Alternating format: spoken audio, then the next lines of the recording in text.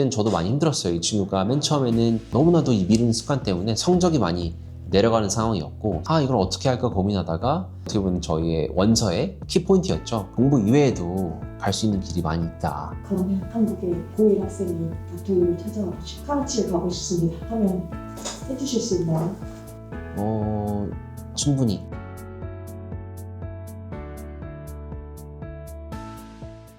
안녕하세요, 이 박사입니다. 오늘은 제가 10년 정도 많은 학생들을 과외해주는 형처럼, 선생님처럼 상담을 통해서 제가 이제 컨설팅을 했었던 학생들의 케이스, 기억에 남는 케이스들을 제가 좀 들려드리고자 오늘 영상을 시작하게 됐습니다. 지금까지 이제 만났던 많은 학생들 중에서 가장 기억에 남는 그런 케이스들을 오늘 제가 좀 선별해봤고 사례들을 좀 공유해보고자 합니다. 과외 선생님 같은 그 지도자 개념이었던 것 같아요.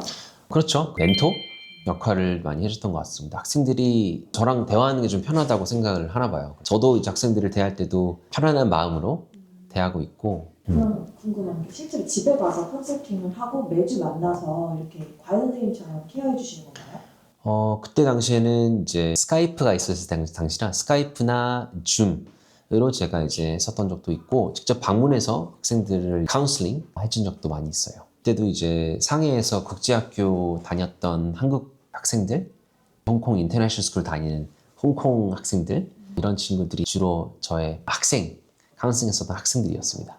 매주 만나서 이렇게 과외 선생님처럼 케어해 주시는 건가요? 학생들이 잘하는 거는 무조건 하나 정도는 있다. 무조건 하나는 있다라고 저는 생각을 합니다. 그래서 이 아이가 잘하는 것이 무엇일까를 끊임없이 좀 고민했었던 것 같아요. 홍콩에서 제가 그때 만났던 학생이 좀 기억에 나는데 이 친구는 또 사실 그렇게 학업에 큰 흥미는 없었던 친구고 저랑 대화를 진행했었는데 그때 당시 9학년, 10학년 때 저를 만났어요. 그래서 알고 보니까 중학교 때 집단 따돌림 같은 거를 겪고 학생이 좀 많이 위축되어 있는 상태였습니다. 자신감도 많이 없었었고 부모님들께서도 이 학생을 어떻게 할까라는 생각이 있으셨었고 저도 맨 처음에는 좀 막막했죠. 왜냐하면 학생도 모티베이션이 안 돼 있고 학업도 관심이 없었고 학우들 간의 친구들이 많이 없었거든요. 근데 이 친구가 주로 했었던 게 아이디어 노트라고 해서 이렇게 노트북에 그냥 자기 생각들을 적는 미니 일기장이라고 하나요? 그런 것들을 이제 이 친구가 가지고 있었고 저는 상담을 통해서 그 미니 일기장에 있었던 내용들을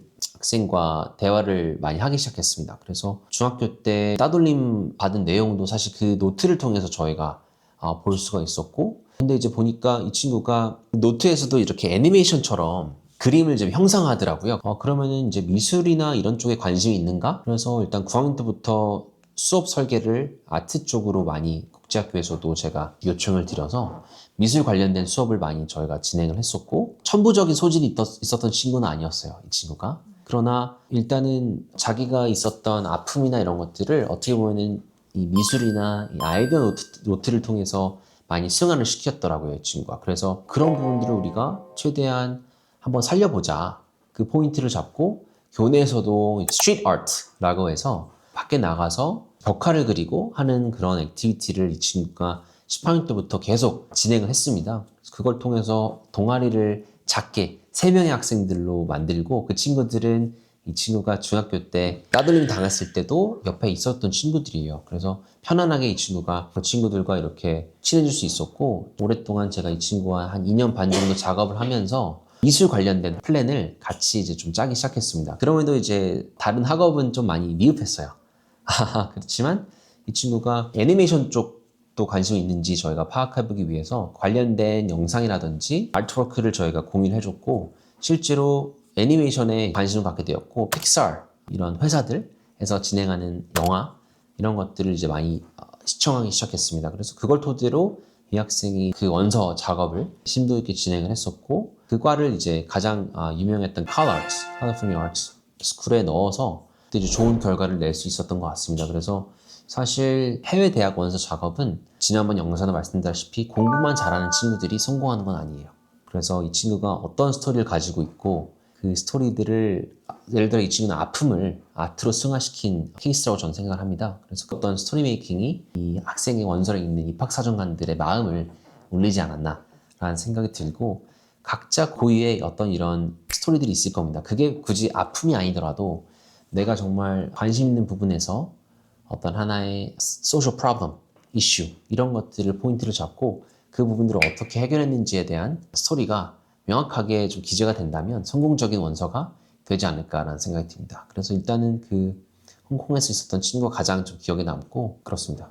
칼 아츠가 어떤 학교인가요? 카우 알츠는 미대 중에서도 탑이라고 보시면 됩니다. 캘리포니아에 위치하고 있고 저희가 흔히 아는 픽사, 디즈니 이런 여러 가지 작품들도 카우 알츠에서 재학생들이 많이 배출했던 부분이 있습니다. 카우 알츠가 지금 미국의 넘버 2 언더그래주에이트 아트 스쿨이라고 나왔네요. 사실 글로벌리로도 아트 앤 디자인 스쿨로 워낙 유명한 대학교이고 또 거의 애니메이션의 시초라고 보시면 됩니다. 그래서 많은 학생들이 가고 싶어하는 학교고 Professional Artists of Tomorrow 전문적인 예술가, 미래의 예술가들 양성한다라는 그런 모토를 가지고 있습니다. 그래서 Visual Performing Arts 이런 쪽으로는 워낙 유명한 학교고 월트 디즈니가 실제로 설립을 한 학교죠.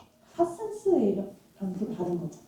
네, 파슨스는 이제 뉴욕에 있는 유명한 미대고 카울 아츠는 이제 서부 쪽에 있는 학교입니다. 파슨스도 이제 뭐 SGA나 프렛 같은 다른 미대와도 뉴욕에서도 정말 유명한 학교죠. 중요한 거는 뭐 이 친구가 처음부터 미술을 전공한 게 아니고 3학년쯤이면 몇 살일까요? 이제 고1이죠, 고1.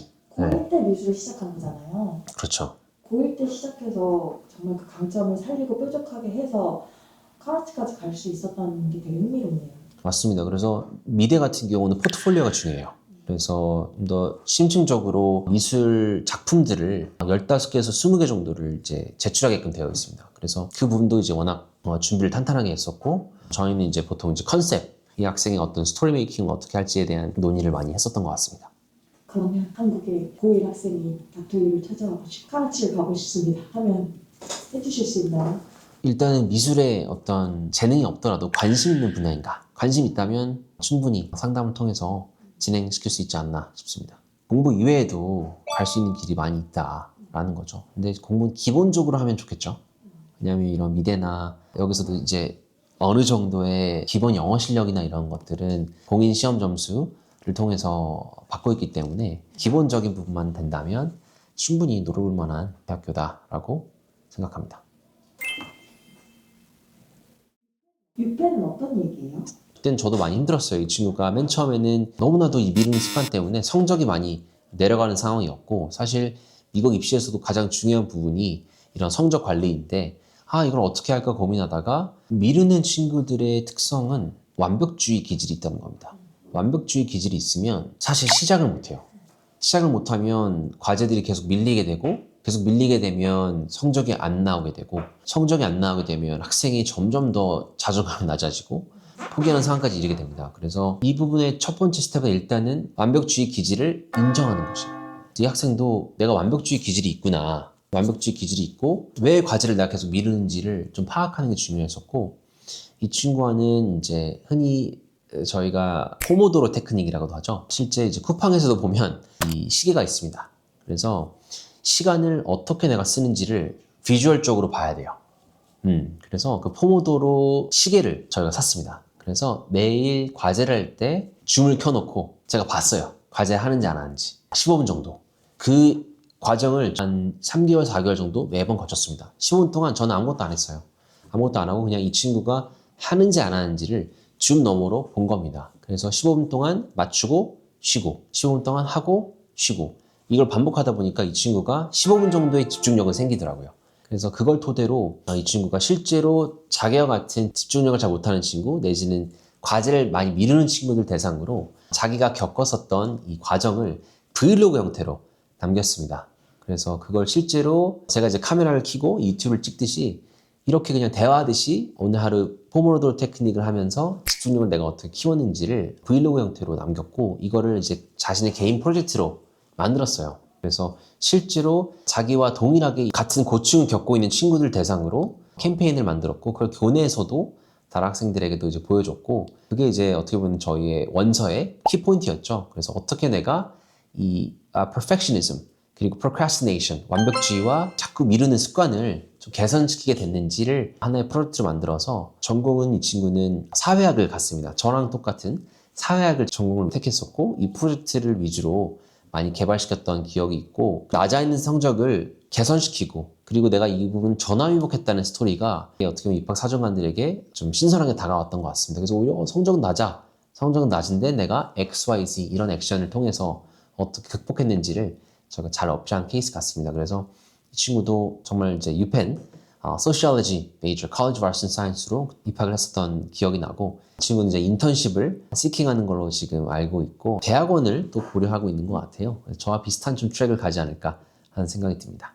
이렇게 카라츠 케이스처럼 학생들이 자존감도 많이 낮을 수도 있고 자신감도 없을 수도 있고 또 사춘기가 많이 왔기 때문에 방황을 하는 경우가 있습니다. 하지만 저희가 방향을 다르게 설정한다면 또 새로운 길이 열리지 않을까라는 생각이 들어서 조금 더 새로운 관점으로 학생을 바라봐 준다면 어떨까 생각합니다. 일단은 저는 모든 학생들이 가능성이 열려 있다라고 생각하고 말씀드린 대로 하나의 포인트, 하나의 그 장점을 살려준다면 앞으로의 길도 그런 새로운 기회들, 새로운 길들이 열리지 않을까 생각합니다. 학생들이 사춘기도 많이 겪고 방황도 하고 방향성도 잃고 할 텐데 저희 성인도 어른들도 새로운 프로젝트를 하거나 새로운 과제를 직면했을 때 쉽지가 않은 게 사실입니다. 그래서 저희가 이렇게 좀 다른 방향으로 아이를 바라봐주고 손잡고 걸어가 준다면 어떨까 싶습니다.